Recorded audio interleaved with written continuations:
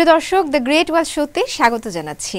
নাচ, গান, নাটক, চলচ্চিত্র সহ চীনের সুবিশাল সাংস্কৃতিক ঐতিহ্য, প্রাকৃতিক সৌন্দর্য, বৈচিত্র্যময় জীবনধারার গল্প আপনাদের সামনে তুলে ধরি আমরা। বরাবরের মতো আপনাদের সঙ্গে আছি আমি রওজে জাবিদা ঐশী।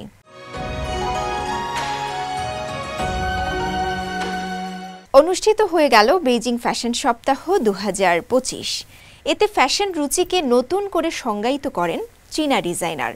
পুরানো ঐতিহ্যকে ধারণ করে আধুনিক ফ্যাশনের সংমিশ্রণে এবার বিভিন্ন ইভেন্টের আয়োজন করা হয়। সংশ্লিষ্টরা মনে করেন, বিশ্বব্যাপী ফ্যাশন শিল্পে চীন ক্রমবর্ধমান প্রভাব ফেলছে।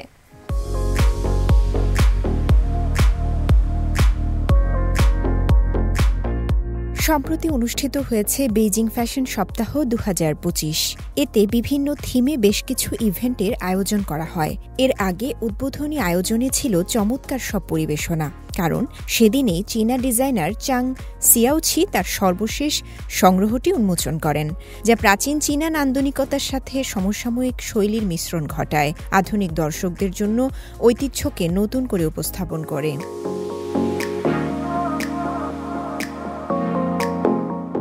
নতুন তরঙ্গ, নতুন শক্তি থিমের একটি ইভেন্টের অংশ হিসেবে চাংয়ের শো চীনের সমৃদ্ধ সাংস্কৃতিক ঐতিহ্য এবং সমসাময়িক শৈলীর চাহিদার মধ্যে ব্যবধান পূরণ করতে তার দক্ষতাকে স্পষ্টভাবে প্রদর্শন করেছে। বিশেষ করে তার ব্র্যান্ড সামজিম পূর্ব ঐতিহ্য এবং আধুনিক নান্দনিকতা উভয়ের মধ্যেই নিহিত একটি শৈলী প্রদর্শন করেছে।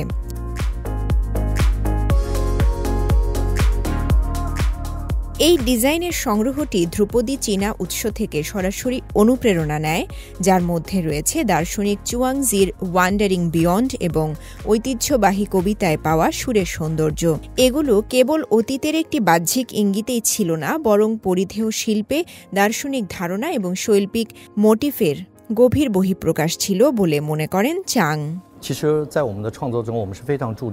এই সংগ্রহের অনুপ্রেরণা চুয়াংজির ওয়ান্ডারিং বিওয়ান্ড থেকে এসেছে, যা চুয়াংজির চেতনায় স্বাধীনতার সাধনাকে প্রতিফলিত করে, অনেকটা প্রাচ্য থেকে উদীয়মান সংকলনের থিমটির মতো, যা ধ্রুপদী চীনা কবিতার সুরের সৌন্দর্য থেকে আকৃষ্ট। আমি সবসময় বিশ্বাস করি যে ফ্যাশন হলো শরীরে পরিধান করা সংস্কৃতি।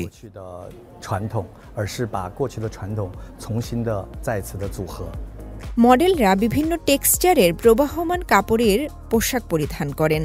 শোতে কেবল পোশাকই নয়, বরং এটি যে জীবনধারার প্রতিনিধিত্ব করে তার উপরও জোর দেওয়া হয়। দৈনন্দিন জীবনে সৌন্দর্যের পুনঃ আবিষ্কার করা হয় এতে। হান রাজবংশের সময়ে সোনার বার্নিশের কাজ, হস্তশিল্পের সূচিকর্ম এবং সূক্ষ্ম খোদাইয়ের মতো নির্দিষ্ট কৌশল বিশেষভাবে প্রদর্শন করা হয়, যা ঐতিহ্যবাহী কারুশিল্প সংরক্ষণ এবং পুনর্ব্যাখ্যা করার প্রতিশ্রুতি প্রদর্শন করে।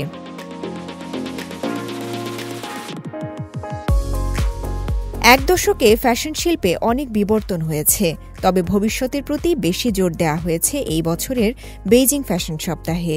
পরিবর্তনে লেগেছে নতুনের ছোঁয়া, সাহসী ধারণা, নতুন ডিজাইনার এবং বিশ্বব্যাপী স্টাইলের দৃশ্যে চীন ক্রমবর্ধমান প্রভাব ফেলছে বলে মনে করেন সংশ্লিষ্টরা।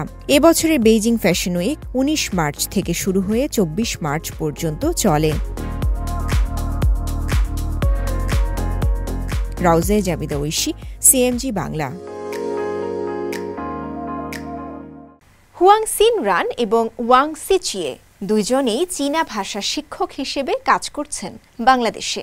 ঐতিহ্যবাহী চীনা বাদ্যযন্ত্রে ফুটিয়ে তোলা করুণ সুর তাদের খুব টানে, তাই অবসর পেলেই বসে যান বেহালার মতো দেখতে চীনা বাদ্যযন্ত্র আর হুহাতে। বাংলাদেশের খাবারও তাদের বেশ পছন্দ। তারা মনে করেন দুই দেশের সংস্কৃতিতে মিল আছে বেশ। বাদ্যযন্ত্রের সুর আমাদের অনেকেরই পছন্দ, আর সেটি যদি হয় চীনা কোনো ঐতিহ্যবাহী বাদ্যযন্ত্র আর হোক, তাহলে তো কথাই নেই। আমরা নর্থ সাউথ বিশ্ববিদ্যালয়ের কনফুসিয়াস ইনস্টিটিউটের দুইজন তরুণ চীনা শিক্ষকের কাছ থেকে শুনব সেই বাদ্যযন্ত্রের সুর এবং বাংলাদেশে থাকার অভিজ্ঞতা সম্পর্কেও তারা আমাদেরকে বলবেন। চলুন তাহলে আমার সঙ্গে।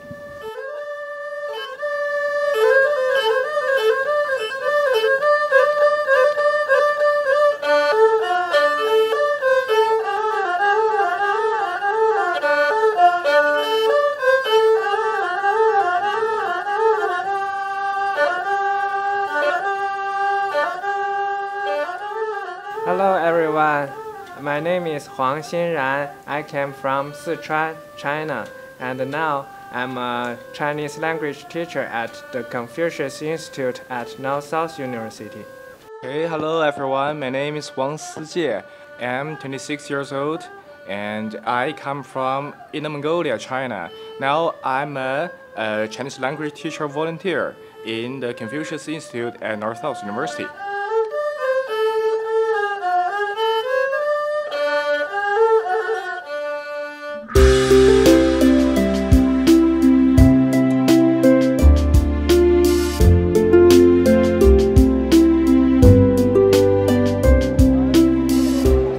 I think Bangladesh, I'm living here and it's a fresh experience to me. So because I can feel every different things.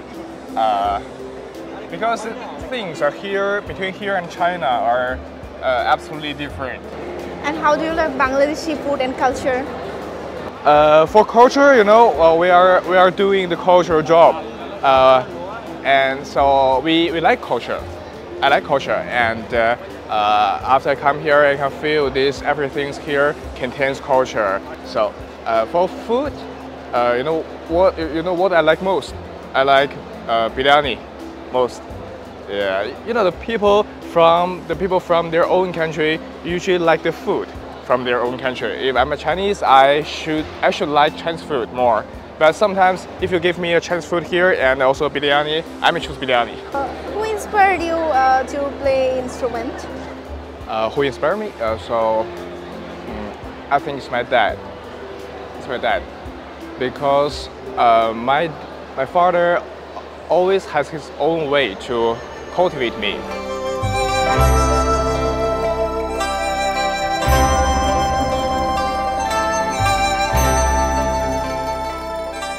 I have lived in Bangladesh more than 1 year. I met so many interesting things. One most interesting thing I would like to share is, you know, in Bangladesh people really like to do a selfie. So they, the first time I arrived in Bangladesh in the airport, and the people saw me, they hey, come, Chinese friend, let's take selfie. I was so shy that time. Now, when I walking in the campus or outside, people to say, hey, China friend, come to take selfie. I would like to take photos with them because I think it's a very good experience to take photos or to talk with different people. That makes me very happy. In my class, I'm a Chinese language teacher, so in my class, I always talk about culture with my students. So I find out that both China and the Bangladesh people, we love to drink tea. This is the similar culture. So in Bangladesh, every day people drink tea. And in China, we also drink tea. But a little difference is in Bangladesh, you have milk tea with sugar and or lemon tea, ginger tea, all kinds of different tea. But in China, we like to drink fresh tea with tea leaves. So we in the Confucius Institute, we create a Chinese tea ceremony class. I think it's a very good experience both for us and our students.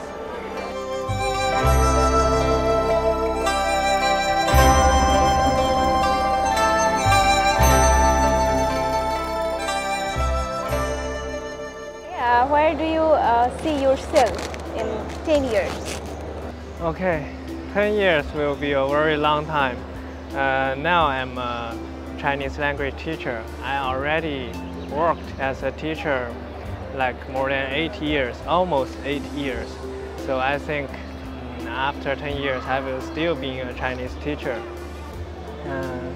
I really like this job.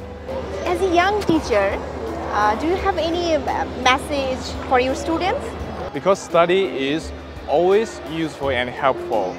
It doesn't mean that you have to study everything, every subject that you are forced to study. Yeah, I mean that you'd better choose what you want to like to study. In which area you are interested in. So if you are in geography, study geography. If you are interested in culture, you study culture.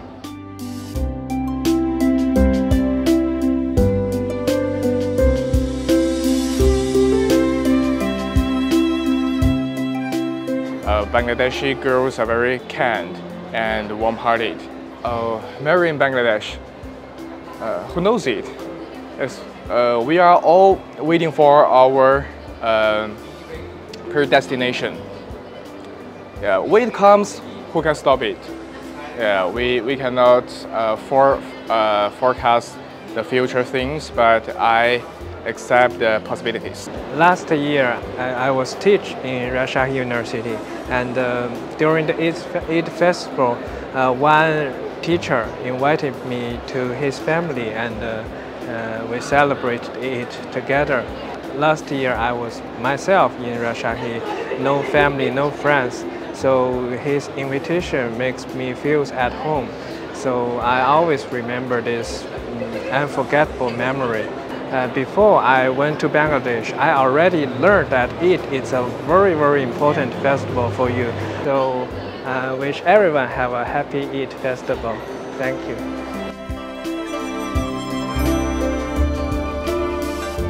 Eid Mubarak!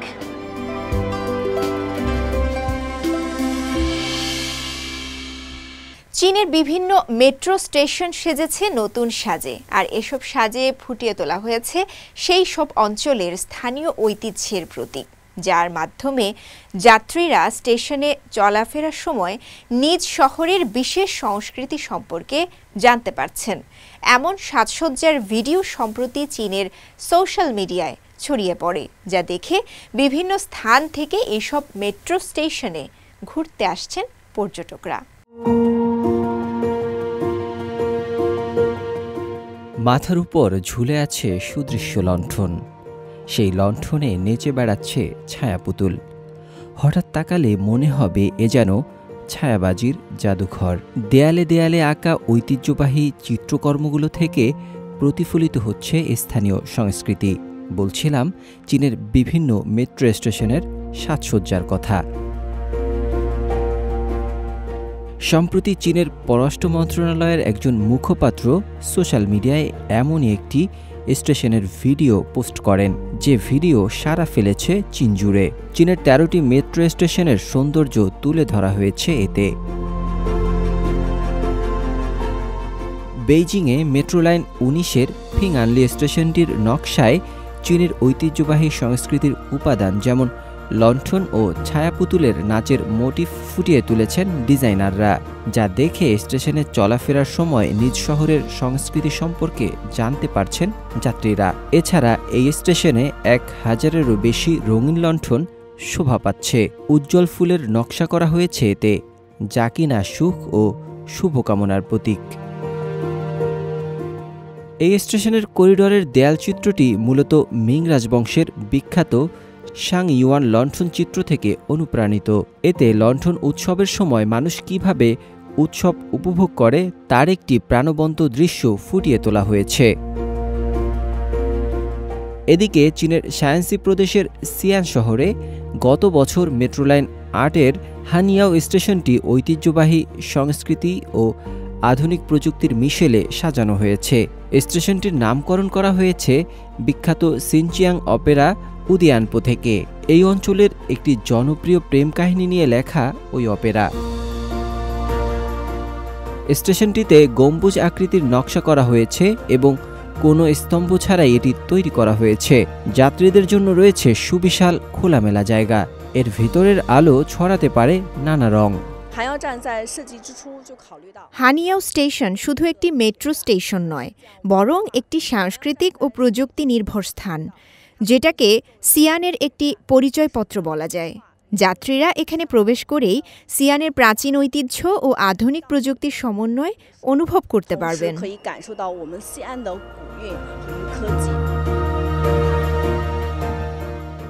এছাড়া Sichuan প্রদেশের সেংতু শহরে সিনশা site museum স্টেশনে হাঁটলে মনে হবে যেন প্রাচীন সুসভ্যতার একটি প্রাণবন্ত টাইপেস্ট্রির মধ্যে পা রাখছেন, যা মনে করিয়ে দেবে প্রায় ৩,০০০ বছরের পুরনো ইতিহাস। নাজমুল হক রাইয়ান, সিএমজি বাংলা।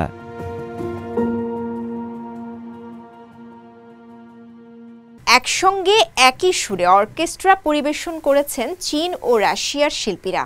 চীনের জেসমিন ফুল এবং রাশিয়ার উহু কালিনা ফুল ফুটেছে গান দুটোকে মিশ্রিত করে একটি নতুন ফিউশন তৈরি করা হয়েছে, যা ফুটিয়ে তুলেছে দুই দেশের বন্ধুত্বের বার্তা। চায়না মিডিয়া গ্রুপের CCTV1 চ্যানেলে হারমোনি ইন ডাইভার্সিটি অনুষ্ঠানে প্রচার করা হয় চমকপ্রদ এই পরিবেশনাটি।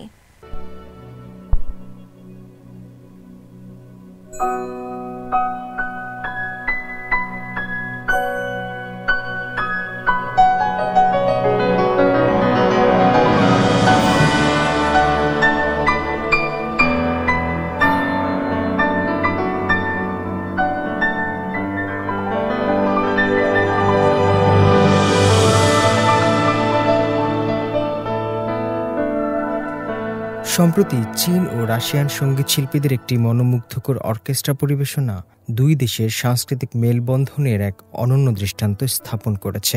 এই যৌথ পরিবেশনাটি দুই দেশের চিরায়ত লোকসঙ্গীতকে একত্রিত করে এক সুরের একটি ঐক্যতান তৈরি করেছে, যা দুই দেশের মানুষের মধ্যে গভীর বন্ধুত্ব ও সাংস্কৃতিক বিনিময়ের একটি প্রতিচ্ছবি হিসেবে ধরা দিয়েছে।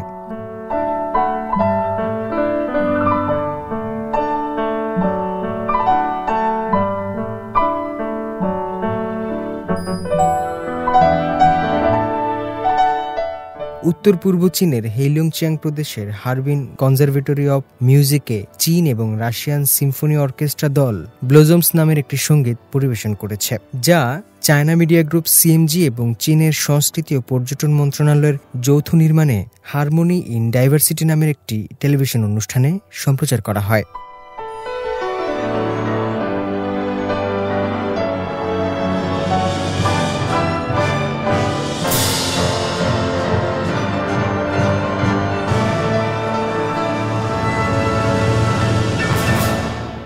অনুষ্ঠানটির মূল আকর্ষণ ছিল দুই দেশের দুটি বিখ্যাত ফুলের থিমযুক্ত লোকসঙ্গীতের অপূর্ব মিশ্রণ।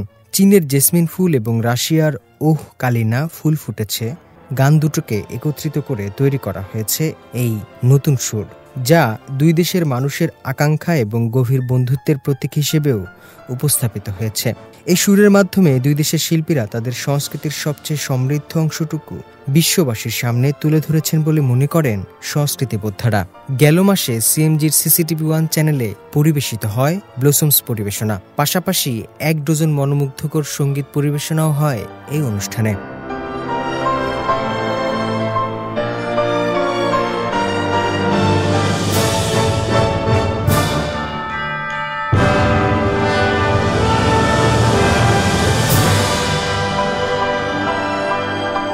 আয়োজকরা মনে করেন এই বিশেষ অর্কেস্ট্রা পরিবেশনা শুধু দুটি দেশের সাংস্কৃতিক মেলবন্ধনই তৈরি করছে না, বরং বিশ্বজুড়ে মানুষের মধ্যে শান্তি, বন্ধুত্ব এবং সাংস্কৃতিক বিনিময়ের গুরুত্বকেও তুলে ধরছে। এই সুরের ঐক্যতান তাদেরকে এমন এক নতুন বিশ্ব গড়ার স্বপ্ন দেখায়, যেখানে সবাই সংস্কৃতি ও বন্ধুত্বের হাতে হাত রেখে এগিয়ে যাবে একসাথে।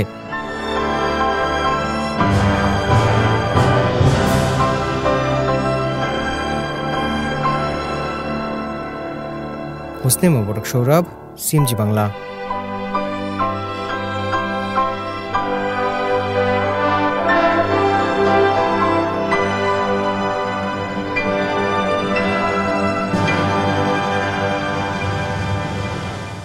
চীনের বিশেষ প্রশাসনিক অঞ্চল ম্যাকাওয়ের মাতৃভূমিতে প্রত্যাবর্তনের 26তম বার্ষিকী উদযাপন উপলক্ষে 2025 ম্যাকাও আন্তর্জাতিক কুচকাওয়াজ অনুষ্ঠিত হয়েছে। ম্যাকাওকে পূর্ব এশিয়ার সংস্কৃতি নগরী 2025 হিসেবে ঘোষণা করে একটি জমকালো সাংস্কৃতিক অনুষ্ঠানেরও আয়োজন করা হয়। চীনের বিশেষ প্রশাসনিক অঞ্চল ম্যাকাওয়ের মাতৃভূমিতে প্রত্যাবর্তনের 26তম বার্ষিকী উপলক্ষে 2025 ম্যাকাও আন্তর্জাতিক কুচকাওয়াজ অনুষ্ঠিত হয়েছে। বাঁশের তৈরি চীনা ড্রাগন, জাপানের হাতে তৈরি বর্ম পরিবেশনা এবং সেন্ট পলের ধ্বংসাবশেষের সামনে দক্ষিণ কোরিয়ার হাতির টুপি নৃত্যের মাধ্যমে আন্তর্জাতিক কুচকাওয়াজ গেল রোববার আনুষ্ঠানিকভাবে অনুষ্ঠিত হয়। চীন, পর্তুগাল, ফ্রান্স এবং মিশরের মতো বিশ্বের 15টি দেশ এবং অঞ্চলের 83টি পারফর্মিং দলের অংশ ছিল এই কুচকাওয়াজে।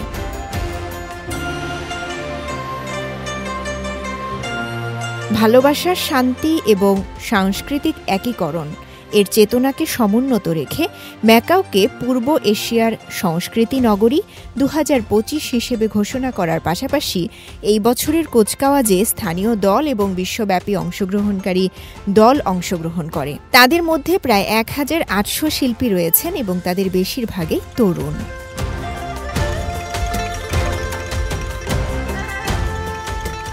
ম্যাকাওয়ের সাথে 2024 সালের সেপ্টেম্বরে পূর্ব চীনের চচিয়াং প্রদেশের হুচু শহর, দক্ষিণ কোরিয়ার আনসিওং এবং জাপানের কামাকুরা শহরকে পূর্ব এশিয়ার সংস্কৃতি নগরী 2025 হিসেবে মনোনীত করা হয়। তাদের দলগুলোকে পূর্ব এশিয়ার সংস্কৃতির আকর্ষণ এবং প্রাণবন্ততা প্রদর্শনের জন্য এই বছরের কুচকাওয়াজে অংশগ্রহণ করতে আমন্ত্রণ জানানো হয়। আমরা প্রতি বছর আমাদের পরিবারের সঙ্গে এখানে কুচকাওয়াজ দেখতে আসি। এবছর আমরা অনেক ভিন্ন, স্বতন্ত্র এবং চমৎকার পরিবেশনা দেখেছি। এটি প্রাণবন্ত এবং আমরা খুব খুশি। অনেক ভিন্ন দল কিছু সঙ্গীত এবং নৃত্য নিয়ে এসেছে। এটি খুবই সুন্দর। এই আয়োজন আনন্দের সাথে তরুণদেরকে নতুন অভিজ্ঞতা দেয় বলে মনে করেন এই শিক্ষার্থী। এটা আমার কাছে একেবারেই অবাক করার মতো মনে হয়েছে। আমি আগে কখনো এমন কুচকাওয়াজ দেখিনি। এই শহরে যেখানে পূর্ব ও পশ্চিমা সংস্কৃতির মিশ্রণ ঘটে, আমি বিভিন্ন সংস্কৃতির মধ্যে প্রচুর বিনিময় এবং মিল দেখেছি। ম্যাকাওয়ের সাংস্কৃতিক বিষয়ক ব্যুরোর মতে কুচকাওয়াজটি ম্যাকাওয়ের একটি উল্লেখযোগ্য উৎসব। 2011 সালে এটি প্রথম চালু হয়। এবার 11তম বারের মতো এই কুচকাওয়াজ অনুষ্ঠিত হয়েছে। এটি মাতৃভূমিতে ম্যাকাওয়ের প্রত্যাবর্তন উদযাপনের একটি ইভেন্ট হয়ে উঠেছে, যেখানে বিশ্বজুড়ে বাসিন্দা এবং পর্যটকদের অংশগ্রহণ ছিল। প্যারেড শোভাযাত্রাটি সেন্ট পলের ধ্বংসাবশেষ থেকে শুরু হয়ে ম্যাকাওয়ের ঐতিহাসিক কেন্দ্রের পুরানো রাস্তা এবং গলিগুলোর মধ্য দিয়ে অতিক্রম করে সাইভ্যান লেক স্কয়ারে গিয়ে পৌঁছায়। আর সেখানেই পূর্ব এশিয়ার সংস্কৃতি শহর অনুষ্ঠানের উদ্বোধন করা হয়। রওজে জাবিদা ঐশী, সিএমজি বাংলা। প্রিয় দর্শক, দ্য গ্রেট ওয়াল শো আজ এ পর্যন্তই। আমাদের অনুষ্ঠানটি টেলিভিশনের পাশাপাশি সোশ্যাল মিডিয়ার মাধ্যমে দেখতে www.facebook.com/cmg বাংলা এবং ইউটিউব চ্যানেল সিএমজি বাংলাতে ভিজিট করতে পারেন। পরবর্তী পর্বে নতুন কোনো আয়োজন নিয়ে দেখা হবে আপনাদের সঙ্গে। সে পর্যন্ত সবাই ভালো থাকুন, সুস্থ থাকুন। সবাইকে অগ্রিম ঈদের শুভেচ্ছা। ঈদ মোবারক। চাইচিয়েন।